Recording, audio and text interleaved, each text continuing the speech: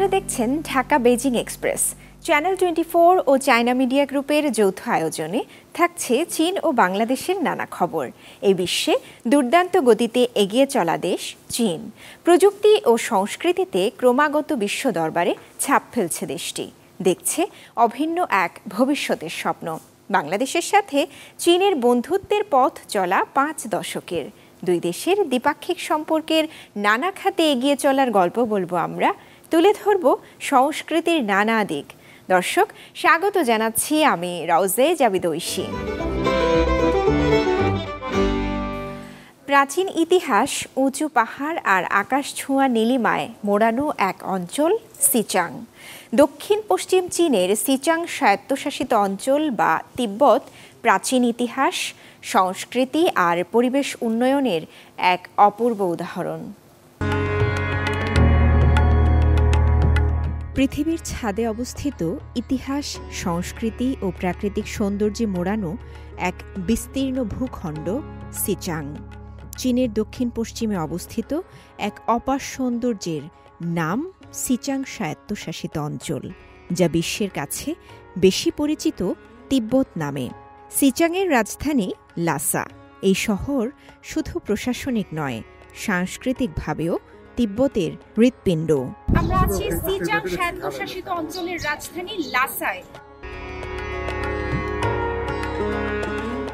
তুষারে মোড়া পাহাড়, প্রাচীন সাংস্কৃতিক ঐতিহ্য আর সীমাহীন আকাশ। চীনের সিচাং স্বায়ত্তশাসিত অঞ্চল যেন সৃষ্টিকর্তার আঁকা বিশেষ এক শিল্পকর্ম। ইতিহাস আর আধ্যাত্মিকতায় ভরা এই অঞ্চল বিশ্বের অন্যতম আকর্ষণীয় পর্যটন গন্তব্য। পোতালা প্রাসাদ, ঐতিহাসিক বৌদ্ধ মন্দির আর শহরের প্রতিটি কোণ যেন অতীত ইতিহাসের সাক্ষী। সিচাংয়ের মানুষের জীবনধারা ঘনিষ্ঠভাবে জড়িত বৌদ্ধ দর্শনের সঙ্গে। ধর্মীয় উৎসব, ঐতিহ্যবাহী পোশাক আর স্থানীয় খাবারগুলো এই সংস্কৃতিকে আরও জীবন্ত করে তোলে। যারা প্রকৃতিকে ভালোবাসেন তাদের জন্য সিচাং এক অন্য জগৎ। হ্রদ, উপত্যকা আর খোলা আকাশ যেন দিনের পর দিন মুগ্ধ করে রাখে পর্যটকদের। সিচাং শুধু পর্যটনের জায়গা নয়, ইতিহাস, সংস্কৃতি আর প্রকৃতির এক আশ্চর্য মেলবন্ধন এই অঞ্চল। প্রাকৃতিক বৈচিত্র্য ও উচ্চ পরিবেশগত গুরুত্বের কারণে ছিংহাই তিব্বত মালভূমি অঞ্চলটি বরাবরই পরিবেশ সংরক্ষণে অগ্রণী। মানব সভ্যতা ও প্রকৃতির মধ্যে সামঞ্জস্য বজায় রেখে আধুনিকায়নের পথে এগিয়ে চলেছে অঞ্চলটি। গ্রিন ডেভেলপমেন্ট, পরিবেশগত সুরক্ষায় বিশেষ গুরুত্ব দেয় চীন সরকার। 2023 সালের 26 এপ্রিল চীনের জাতীয় গণ কংগ্রেসের স্থায়ী কমিটির গৃহীত একটি বিশেষ আইন ছিল ছিংহাই তিব্বত মালভূমিতে পরিবেশগত সংরক্ষণ আইন। পরিবেশ সংরক্ষণ আইন, গ্লেশিয়ার সুরক্ষা বিধিমালা, জাতীয় ইকো সিভিলাইজেশন মডেল গঠনের নির্দেশনা, দূষণ প্রতিরোধ ও নিয়ন্ত্রণের গাইডলাইন। এইসব আইন ও নীতিমালা শুধু কাগজে কলমে সীমাবদ্ধ নয়, এগুলো বাস্তবায়নের মাধ্যমে নিশ্চিত করা হচ্ছে প্রতিটি জাতিগোষ্ঠীর পরিবেশগত অধিকার। সমুদ্রপৃষ্ঠ থেকে এই অঞ্চলের গড় উচ্চতা প্রায় 4000 মিটার বা 13,000 ফুট, যা বিশ্বের অন্যতম উচ্চ মালভূমি।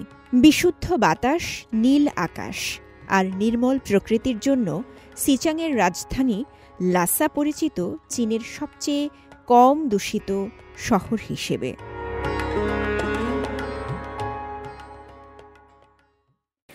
চীনের প্রত্যন্ত অঞ্চলে চিকিৎসা সেবা একসময় ছিল বিলাসিতা। চিকিৎসা পেতে পাড়ি দিতে হতো শহরে, কিন্তু সময় বদলেছে। স্বাস্থ্য খাতে সংস্কার কর্মসূচির বদৌলতে এখন দুর্গম পাহাড়েও মিলছে উন্নত চিকিৎসা। এমনই এক উদাহরণ পূর্ব চীনের আনহুই প্রদেশের তাপিয়ে পর্বতমালার চিনহাই কাউন্টি।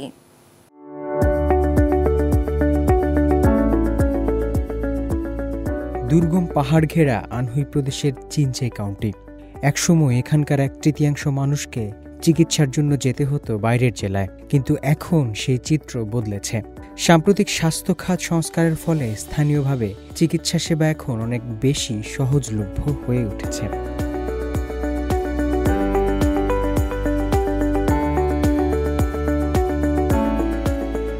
64 বছর বয়সী হু তথিয়ানের কথাই ধরা যাক। 14 বছর ধরে কিডনি জটিলতায় ভুগছেন। আগে ডায়ালাইসিসের জন্য পাড়ি দিতে হতো 110 কিলোমিটার দূরে, কিন্তু এখন স্থানীয় স্বাস্থ্য কেন্দ্রে ডায়ালাইসিস করানোয় তার খরচ, সময় ও শ্রম সবই বেঁচে যাচ্ছে। আগে প্রতি সেশনে 70 ইউয়ান লাগতো, সঙ্গে ছিল যাতায়াত আর থাকা খাওয়ার খরচ। এখন 10 ইউয়ানেই এখানে ডায়ালাইসিস করাতে পারি, হাঁটলেই চলে আসা যায়। 2019 সালে চিনচাইকে পাইলট প্রকল্প হিসেবে বেছে নেয় সরকার। 2টি কাউন্টি হাসপাতালকে প্রধান হিসেবে নির্ধারণ করা হয়, আর 23টি টাউনশিপ ক্লিনিকের মধ্যে 7টিকে উন্নীত করা হয় দ্বিতীয় সারির হাসপাতাল হিসেবে। পুনর্গঠনের পর এই 7টি কেন্দ্রেই আধুনিক যন্ত্রপাতি এবং দক্ষ জনবল দেয়া হয়েছে।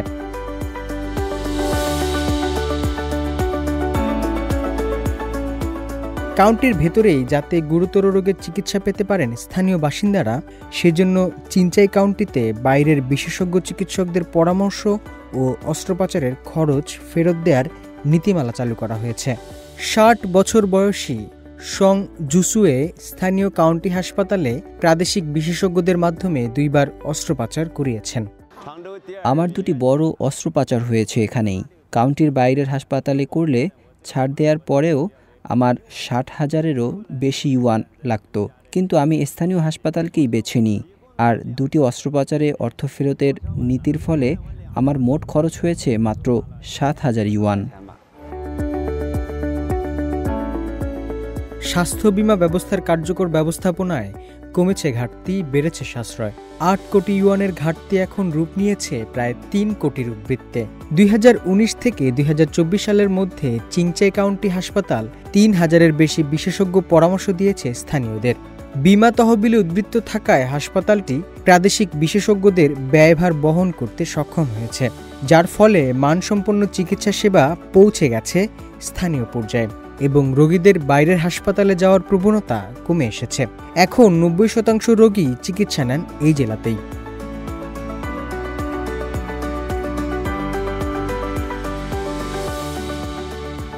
বিনিয়োগ, নীতিগত সংস্কার এবং স্থানীয় জনগণের প্রয়োজনকে অগ্রাধিকার দেওয়ার মাধ্যমে চিনচাই প্রমাণ করেছে ভৌগোলিক প্রতিবন্ধকতা সত্ত্বেও সাশ্রয়ী ও মানসম্পন্ন চিকিৎসা সেবা পৌঁছে দেওয়া সম্ভব।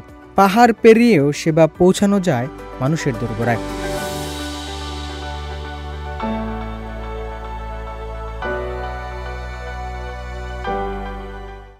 উদ্ভাবনী ডিজাইন আর আধুনিক প্রযুক্তির সমন্বয়ে বিশ্ববাজারে জনপ্রিয়তার শীর্ষে চীনের কুলিং পণ্য।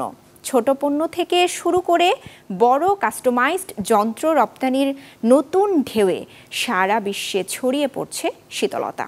এই গ্রীষ্মে চীনের তৈরি পণ্য নিয়ে বেইজিং থেকে বিস্তারিত জানাচ্ছেন লাবণ্য লিলি। প্রিয় দর্শক, বিশেষ অনেক স্থানে তাপমাত্রা বৃদ্ধির সাথে সাথে শীতলতা আনতে পারে এমন বিভিন্ন পণ্যের রপ্তানি বৃদ্ধি পাচ্ছে। ফ্যানেশ টুপি এবং পোষা প্রাণীর বরফের প্যাডের মতো ছোট শীতল পণ্য বিদেশি গ্রাহকদের কাছে বিশেষভাবে জনপ্রিয়। চীনের কুলিং পণ্যগুলো তাদের উদ্ভাবনী নকশা এবং শক্তিশালী প্রযুক্তির মাধ্যমে বিশ্ববাজারে একটি জনপ্রিয় পছন্দ হয়ে উঠেছে। পূর্ব চীনের জেজিয়াং প্রদেশের ইউতে উৎপাদিত একটি সৌরশক্তি চালিত ফ্যান টুপি দারুণ জনপ্রিয় হয়েছে। টুপিটিতে সৌরশক্তি চালিত নকশা রয়েছে এবং একাধিক পুনরাবৃত্তির মাধ্যমে পরিমার্জিত করা হয়েছে, বিশেষ করে ফ্যান ব্লেডের ক্ষেত্রে। বেশ কয়েকটি প্রযুক্তি পেন্ডেন্ট করা হয়েছে, যা ব্যবহারিক সুবিধা এবং নিরাপত্তা উভয়ই নিশ্চিত করে। আগস্ট মাস পর্যন্ত অর্ডার দেওয়া হয়েছে। কারখানায় ওভারটাইম কাজ সত্ত্বেও প্রায় সব পণ্যই বিক্রি হয়ে গেছে। বাজারের চাহিদা মেটাতে প্রস্তুতকারক গবেষণা ও উন্নয়নে বিনিয়োগ বৃদ্ধি করার পাশাপাশি শিল্পের সহকর্মীদের সাথে সহযোগিতা করার পরিকল্পনা করছে। ভবিষ্যতের দিকে তাকিয়ে প্রস্তুতকারক ঐতিহ্যবাহী সীমানা ভেঙে ক্রমবর্ধমান বাজারের সাথে খাপ খাইয়ে নিতে প্রতিশ্রুতিবদ্ধ। ব্র্যান্ডিং এবং আন্তর্জাতিকীকরণের দিকে তার পথকে ত্বরান্বিত করছে। বিভিন্ন অঞ্চলের চাহিদার উপর ভিত্তি করে সংশ্লিষ্ট চীনা শিল্প উদ্যোগগুলো কাস্টমাইজড উদ্ভাবন পরিচালনা করে। চীন জুড়ে চলছে তীব্র তাপদাহ। দেশটির আবহাওয়া বিভাগ কয়েক অঞ্চলে জারি করেছে উচ্চ তাপীয় সতর্কতা। শানসি, সিচুয়ান, চংচিং সহ কয়েক অঞ্চলে 40 ডিগ্রি ছাড়িয়েছে তাপমাত্রা। গরম প্রতিরোধে বিশেষ ব্যবস্থা নিয়েছে চীন প্রশাসন। কর্মঘণ্টা কমানো সহ চালু করা হয়েছে মিস্টিক সিস্টেম।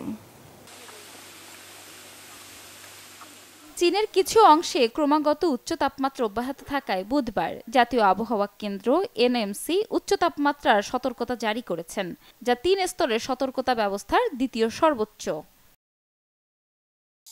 এমএনসি অনুসারে Shanxi, Hubei, Chongqing, Sichuan, inner Mongolia এবং সিনচিয়াংয়ের কিছু অংশে তাপমাত্রা 40 ডিগ্রি সেলসিয়াস ছাড়িয়ে যেতে পারে। স্থানীয় কর্তৃপক্ষ তাপের প্রবাহ কমাতে ব্যবস্থা গ্রহণ করেছে। মঙ্গলবার দক্ষিণ পশ্চিম চীনের চংচিং পৌরসভা একটি উচ্চ তাপমাত্রার সতর্কতা জারি করেছে। আগামী 2 দিনের সর্বোচ্চ তাপমাত্রা 37 ডিগ্রি সেলসিয়াস হওয়ার পূর্বাভাস দিয়েছে এবং কিছু এলাকায় 41 থেকে 42 ডিগ্রি সেলসিয়াসে পৌঁছাতে পারে সেই তাপমাত্রা। তাপ মোকাবেলা করার জন্য তাচু রক কাভিংস মনোরম অঞ্চলটি তার মিস্টিং সিস্টেম সক্রিয় করেছে, যেখানে দর্শনার্থীদের জন্য শীতল স্প্রের ব্যবস্থা করা হয়। ইয়োচং জেলার শিবাতি ঐতিহ্যবাহী অঞ্চলে খড়ের টুপি দিয়ে তৈরি 400 মিটার লম্বা একটি ছাউনি স্থাপন করা হয়েছে, যা ছায়া প্রদান করবে এবং এলাকার ঐতিহ্যবাহী বায়ু স্থাপত্যকেও উন্নত করবে। গ্রীষ্মকালীন ভ্রমণ আরও আরামদায়ক করার জন্য প্রায় 200টি মিস্টিং নজলও যোগ করা হয়েছে। বাইরে বেশ গরম, 40 ডিগ্রি সেলসিয়াসের বেশি, কিন্তু যখন আমি ভেতরে আসি তখন আমি এই ক্যানোপিটি দেখতে পাই, যা জাল এবং বাঁশের টুপি দিয়ে তৈরি বলে মনে হয় এবং দেখতে সুন্দর এবং ছায়াময়, সত্যিই আরামদায়ক। উত্তর পশ্চিম চীনের সিয়ান সিটিতে মঙ্গলবার কিছু এলাকার তাপমাত্রা 42 ডিগ্রি সেলসিয়াসের বেশি দেখা গেছে।